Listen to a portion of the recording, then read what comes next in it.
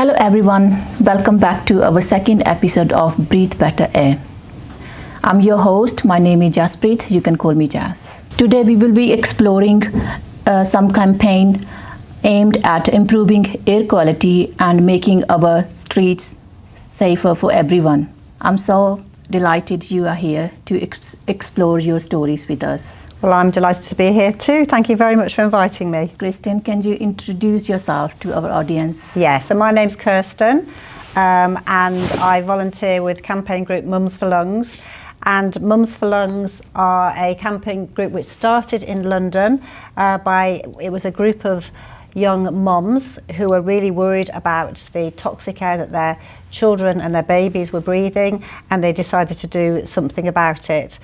I heard about Mums for Lungs about 3 years ago, and when I heard about air pollution, I decided to do something about it too. So what really touched you to get involved in campaign? Yeah, so what happened was, I grew up in Birmingham, and I've nearly always lived in Birmingham, and I didn't really know what air pollution was. I think the same as a lot of us, yes.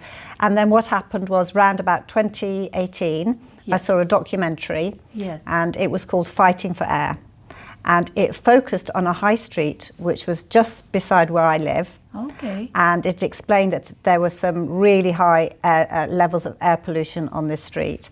And it got my interest because my son used to walk on this high street every day to and from school. Okay. And when I heard that, about the really high air pollution, it worried me really, because I had noticed that my son, he had developed coughs and had these, respiratory infections that would last for a long time. And so that sort of was the first time I began to think about it. Yeah. And then what happened was, around the pandemic, just after that, I heard about a clean air zone that was being introduced in Birmingham. Yeah. And we also had some changes to the streets around where we were, where some planters were put in the streets and some bollards, which meant that some you had to drive a different way to get around the neighbourhood. And I wasn't really sure what it was all about, so I listened to what was being said, some of it on social media, some of it talking to friends, and then I heard about a campaign group called Mums for Lungs. I saw one of their flyers actually, and it was this particular one. I don't know if you can see it. This vehicle exhaust is toxic. Yes. And it really is a very striking image. Jeez. And it really caught my attention. Yeah. And then I looked at the website. I thought Mums for Lungs, this sounds a really interesting thing. Had a look at the website, and it went from there really. The more I read about it, the more concerned I got. That really our government and our local authorities aren't doing enough to address the problems of air pollution. You see, air pollution is actually the biggest environmental threat to health. Definitely. And I think a lot of people have no idea. Yeah.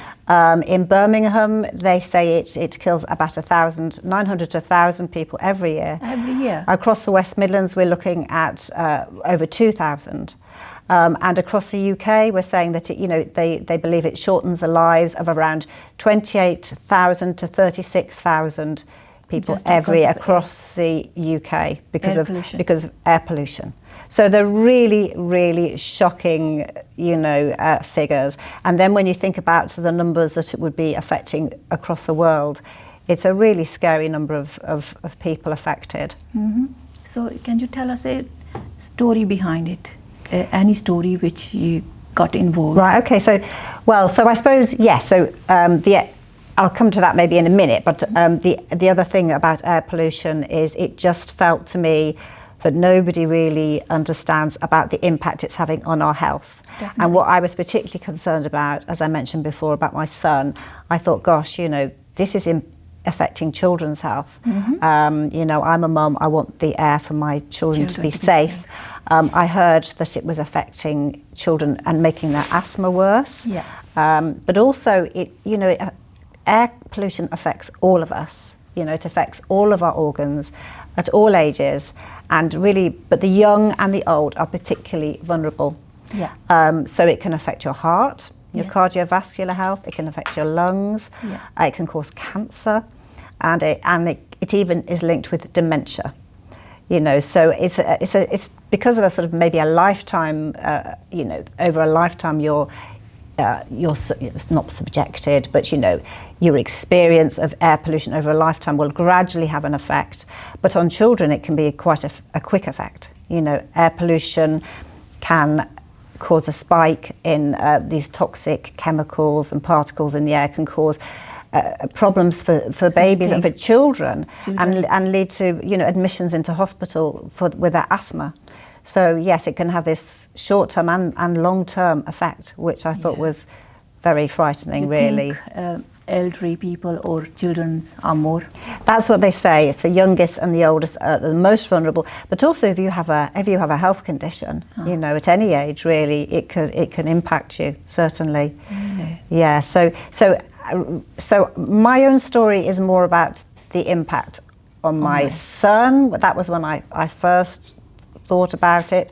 I suppose more recently, I've seen in the stories shared by Asthma and Lung and stories shared by Mums for Lungs, personal stories of people up and down the country and how it really impacts on them. And that's something that, once you hear those stories, I find it hard not to take note and to think, what could I do? What would the helpful thing for me to do to help improve the lives of people affected by air pollution? Okay, so in your campaign, what you do to raise awareness and engage with the community? Right, so what I do and people raise awareness in different ways, don't they? Yeah. But I suppose the number one thing that I probably do is I talk about it. Yeah. Talk about it so that people who might not think about it, I don't, perhaps most of the time I talk about it perhaps on social media. Mm-hmm. So I have different accounts, and what I might do is just, I suppose it's a nudge, it's a way, it's getting people to maybe think about it in a way that doesn't feel too scary, in a way that people can understand. So some social media, and then another way maybe I campaign is by contacting my local authority, our council, and to sort of say, what are they doing about it, that I'm worried. Also my MP, I've emailed my MP before as well. Yes. I also have contacted my local councillors, and my local councillors were actually really brilliant because they said, well, we're worried about it too. Yes. So they have actually helped me do a bit of campaigning as well outside schools. Yeah. So it's been about, talking to people, talking to the people who can maybe make changes. Yeah. And the other thing is contacting schools. And so, for example, last year there was one school which is very unhappy about some of the speeding traffic and the air pollution outside their school. I think every other area and every other parents are. That's right. So this school I went along to the summer fair, and I had a stall, and I had some flyers, some of these, Mums for Lungs flyers, and talked to people about the impacts of air pollution. The other things I've done is maybe talk at community groups. Sometimes they've contacted me and they said, this is a subject that's interesting, can you come and talk to us? Mums for Lungs actually have some great resources on their website, and so you can use those for workshops or assemblies. And so that's what I'm hoping to do more of moving forward. So as I say, their website is brilliant with lots of ideas, and their social media has lots of ideas about what you can do. But I have thrown myself into it. I've got involved with all sorts of things, but of course, most people haven't got the time. I know. But even just for people out there to talk about it is a really good start. Saathi House, mostly people they don't know much about English. Yes. But if they read in that their languages, I think they will be more educated about that. Exactly. It's a really important thing, and I do think that Birmingham City Council needs to focus on communities where there are different languages. So for the Mums for Lungs flyers, they're all at the moment all in English. So we really do have to have more resources, and certainly, there probably are more resources. I'm sure there are. Yeah. I don't have them to hand, but it is a really important point. And I think people do want to know. So I think that mums, when they think about it, think, oh, you know, I don't want my children to be exposed to air pollution inside my car. I hadn't thought of that. I hadn't thought of that. Or they might think, oh gosh, you know, if I leave my engine on, I'm parked up outside school, my engine is on because I'm cold or I'm hot. They might not realise that when that car, the emissions are still coming out, you know, the bad fumes, the poisonous chemicals and bad fumes are still coming out of the car. And they say it can even be about 150 balloons worth of emissions every minute that your car is pumping out into the air. So you end up with this big sort of cloud of, you know, toxic air around your car. I didn't know about that at all until last episode when Maddie told us. You sort of see it everywhere. So I try not to think about it too much, but I do sometimes think, you know, when I see little children in their pushchairs and they're very near, you know, they're very near to the tailpipe, the exhaust pipe of the car. And because their lungs, you know, they're still quite immature, you know, they're not developed properly, they're still growing. They have much more, you know, they're more prone to the effects of the air pollution. They breathe more quickly, so they're taking in more of the air pollution as a percentage of their body weight. So they are impacted more because they're nearer to where the air pollution is. So that's a horrible thought. Horrible. And I noticed that so many kids, little kids are having asthma these days. Yes, because and I think there is a clear link, and I've spoken to respiratory consultants who work at the Birmingham Children's Hospital, and they say there's a very clear link, and that is a big concern for them. And one of the things that is very unjust about air pollution is quite often it has the worst effect on the people who aren't producing air pollution. So in Birmingham, for example, or, you know, minimal air pollution. So in Birmingham, for example, there's about a third of households without a car, and quite often the people without the car are actually suffering the effects of air pollution the most, because they might live in the areas where there is more traffic or nearer to the roads, and it's really the busy roads. So this is a situation where you think, gosh, you know, it's a social justice issue where the people who are driving a lot don't necessarily realise that the emissions that they're driving is creating is affecting the most vulnerable really in our society. Definitely. Yeah.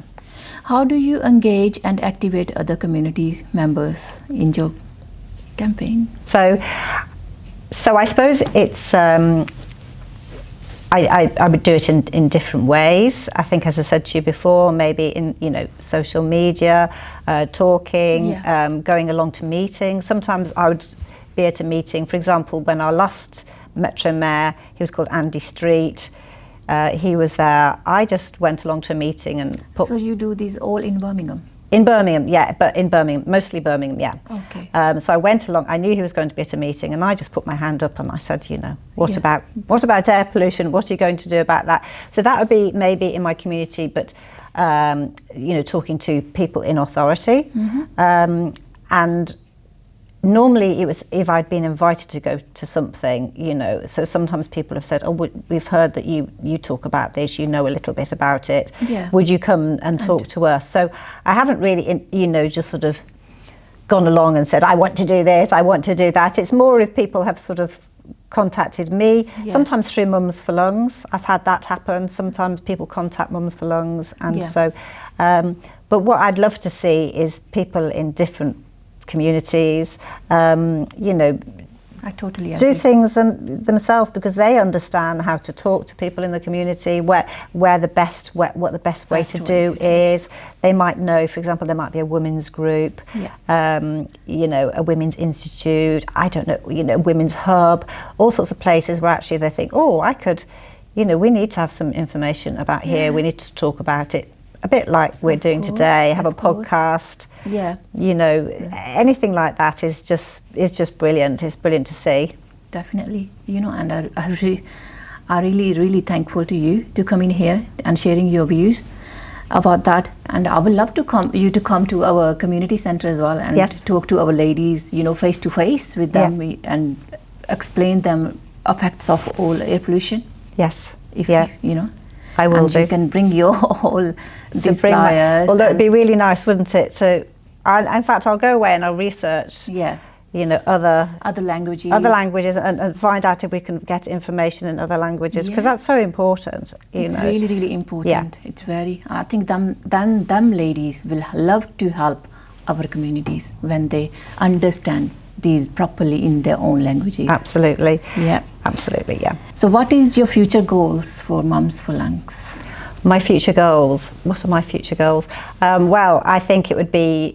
I mean, Mums for Lungs are doing an amazing thing. They're a campaign group in London which has a big following now about air pollution, because there's this very terrible case of a little girl called Ella Adu Kisi Deborah, and she was the first person to have air pollution cited as the reason that she died.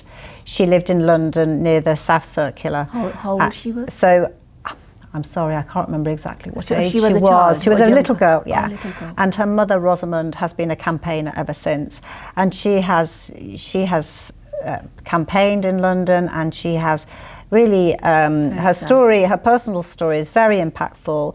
You know, what happened to her daughter was a really tragic case, and which is very clearly linked to air pollution because of vehicle emissions and other, you know, would be other air pollution, but primarily from vehicles.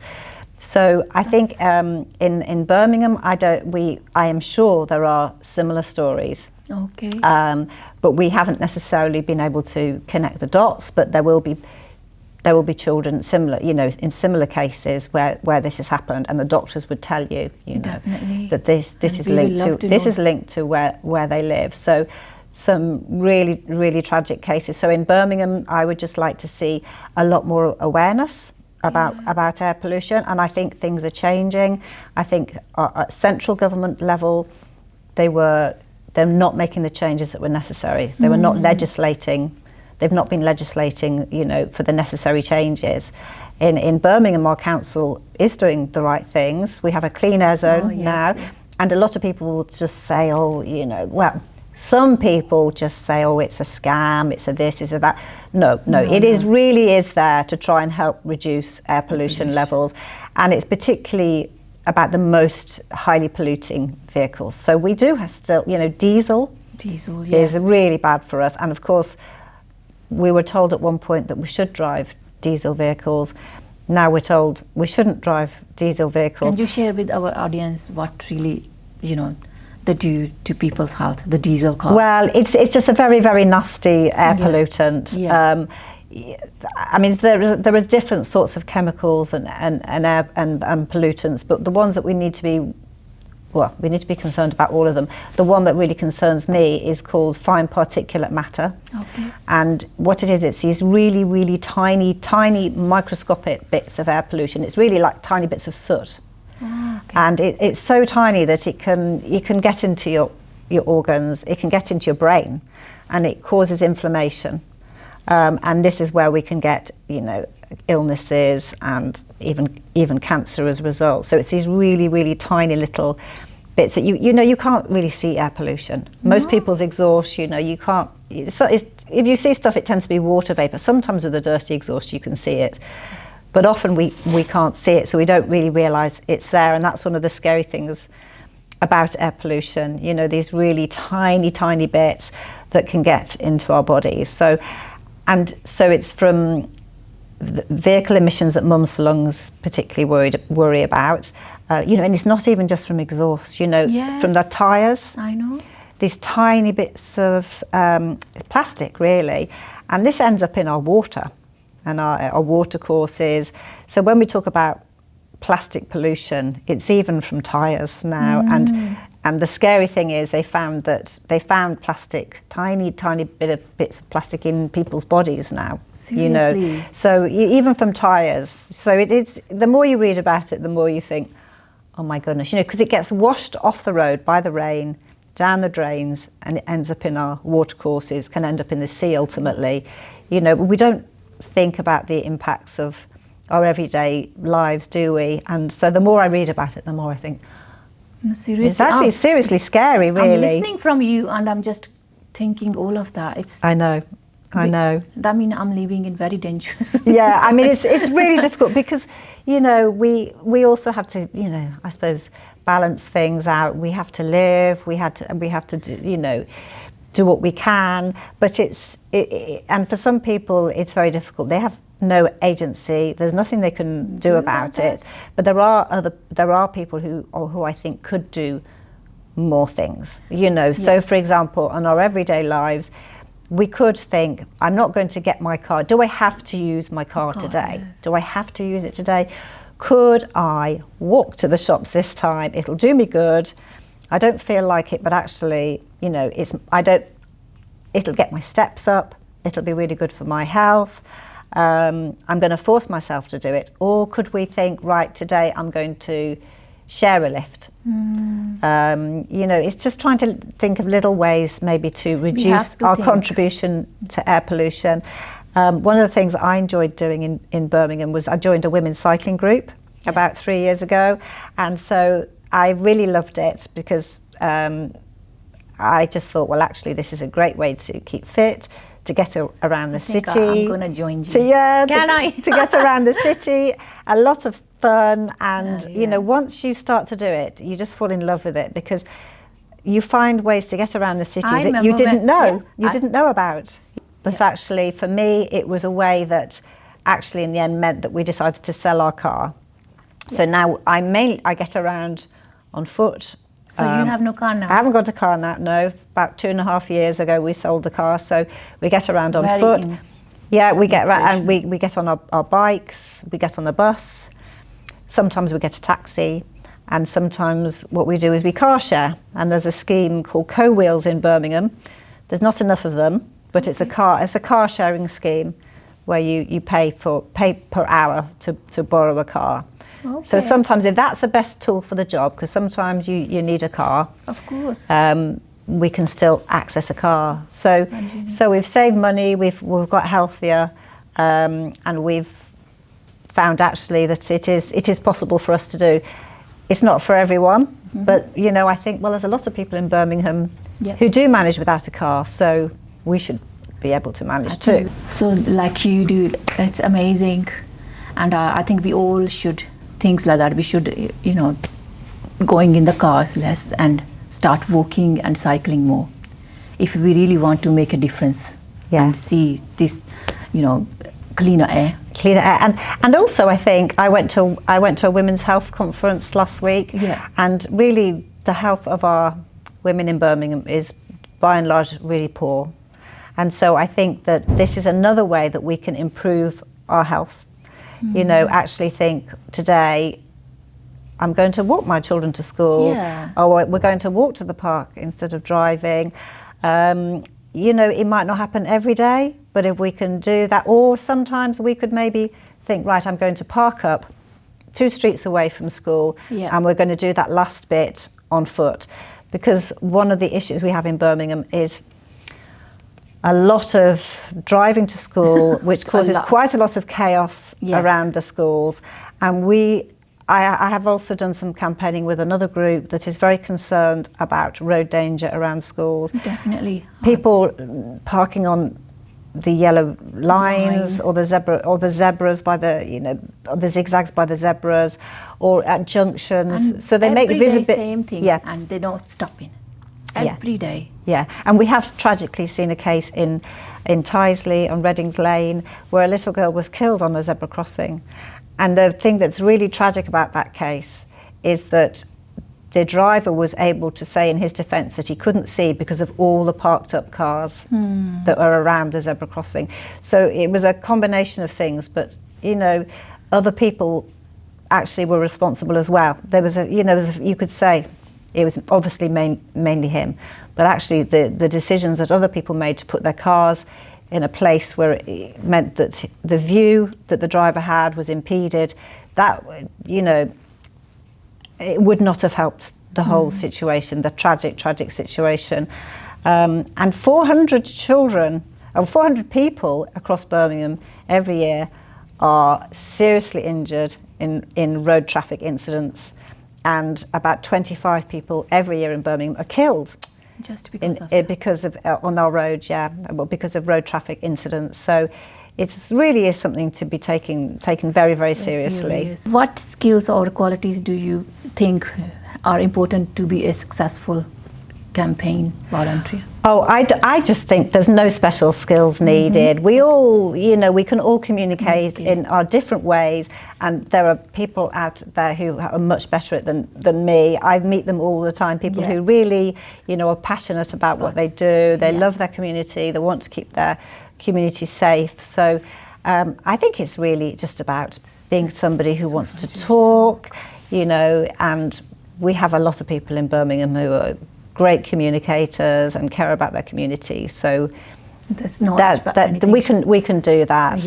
And it's not even just about, there are lots of sources of air pollution, but the ones that I'm interested in and Mums for Lungs are interested in is from vehicles and also from burning wood.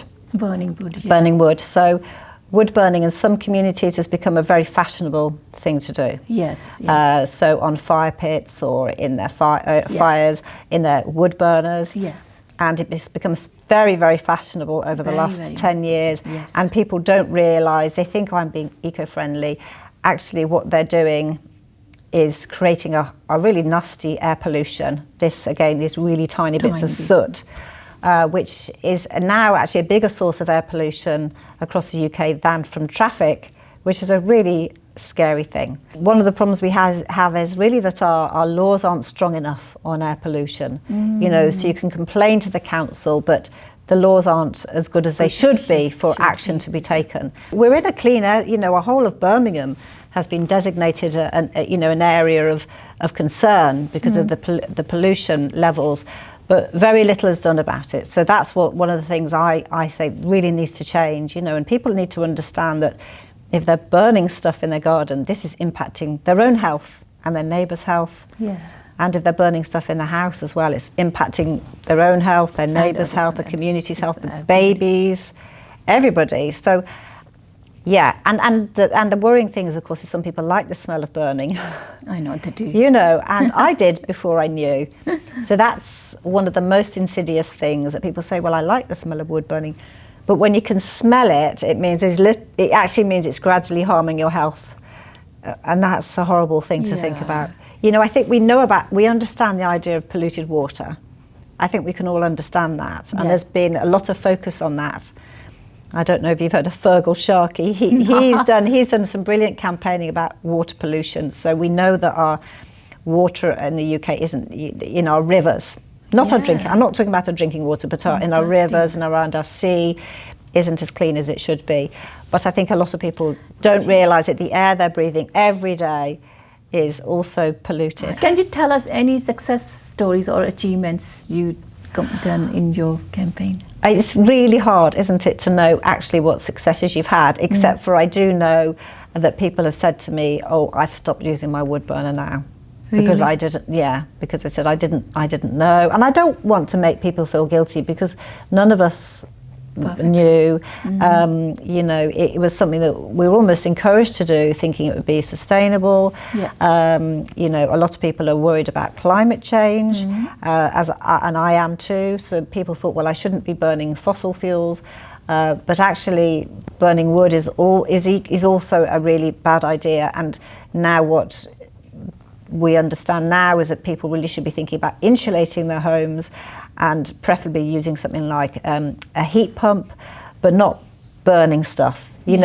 Burning stuff, burning things, burning wood and coal and things like that. This is the sort of thing we did in the Victorian times. We're actually going back in time if we start to, and we don't want to create a big smog. Again across Birmingham. It's not as bad as it was, obviously, of course. But there are others. We do also need to think about today, living in modern times. We need to be thinking of modern ways to heat our homes. Yes, you're right. Can you tell us a little bit about how can audience can get involved, or anybody who want to get involved in Mums for Lungs? Well, we love to have new volunteers, and there's loads of different ways you can volunteer. I would say get in touch with Mums for Lungs. We have Facebook, Okay. we have Instagram, we have Twitter, we have a website. And if you'd like to be involved with things happening in Birmingham, say, I want to get in touch with Kirsten and I can give you some ideas. There's lots of different ways we can all do this, but people are inventive, people are creative. Yeah. You know, can you contact your school and say to your school, you know, we need to do something about our active travel plans, Yeah. you know, or just say we need to encourage parents to be not driving to school. Definitely. What can we do? We're worried about this, you know.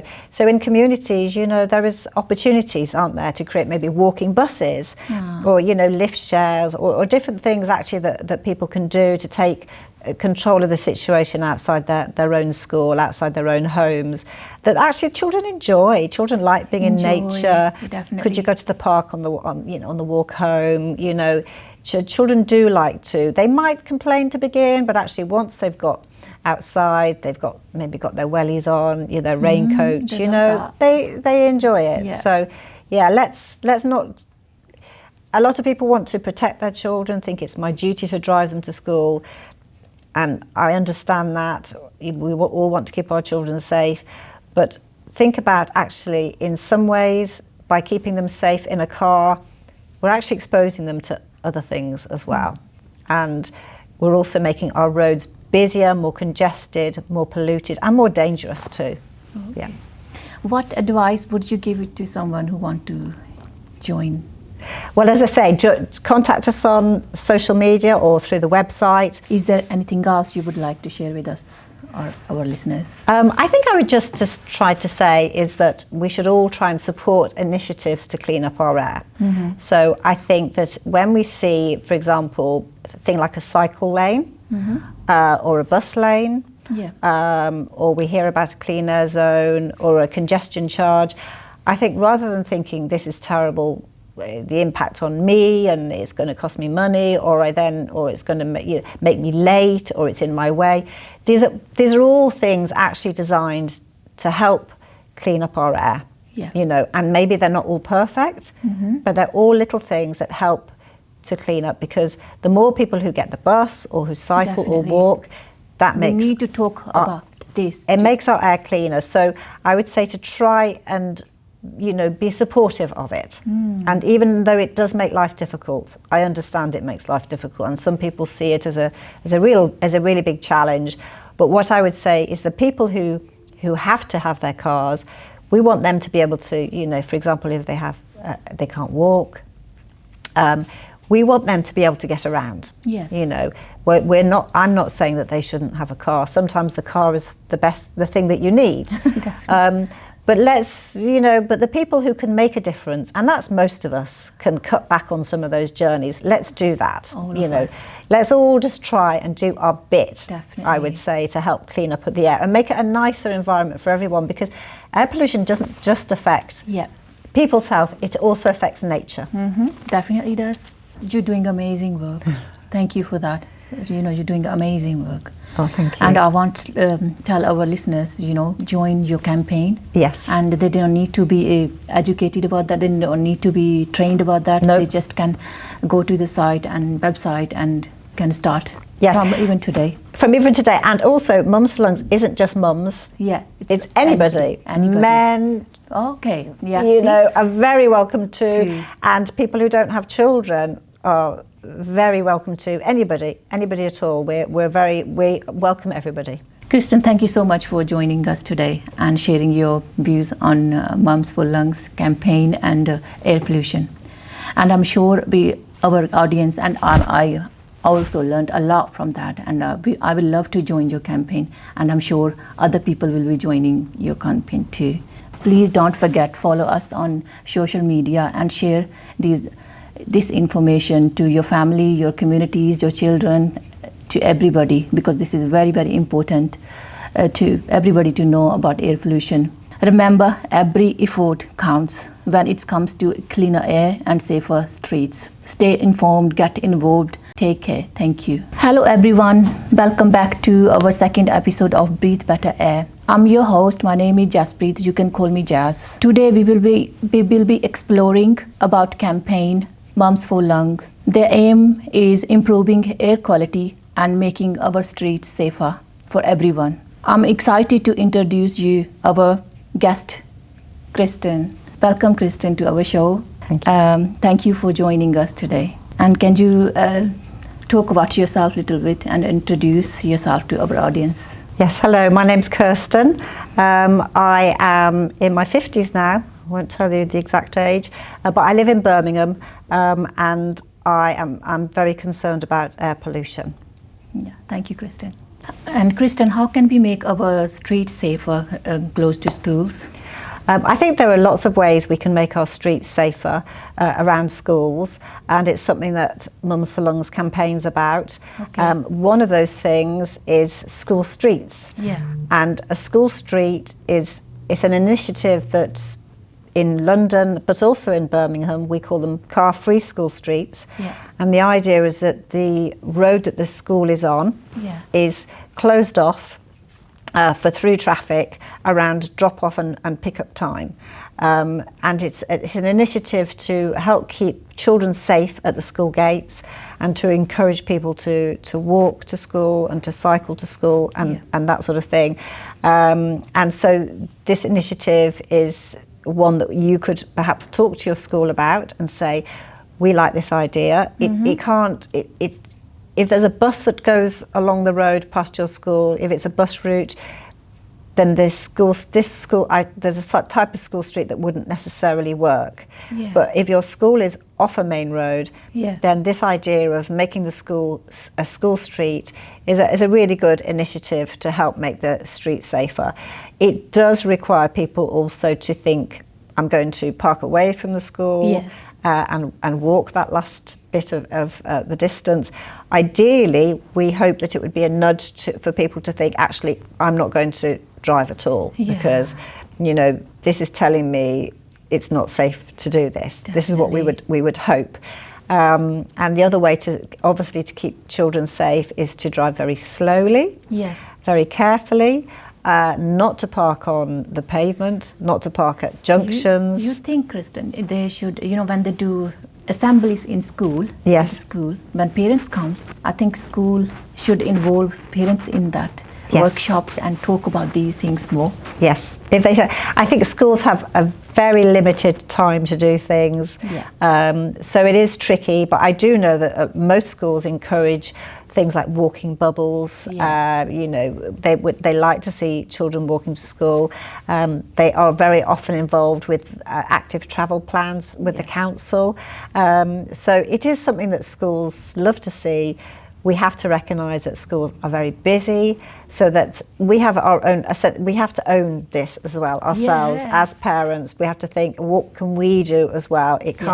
We can't expect the school to do everything. Sometimes, the people coming from other countries, they don't know much about these things, but they learn from same time when the kids are learning from school. You see, so they can get these kind of information from schools where the school kids goes. That's right, and I do think that most schools are trying to talk to children about the environment and health and exercise, and because sometimes in school our children don't get that much exercise, it's really important that they get the exercise outside of school. Well, the ideal time to do that is when they're walking to and from school, and it keeps everybody safer, it keeps the air cleaner, and it's the best way really to get our children to school.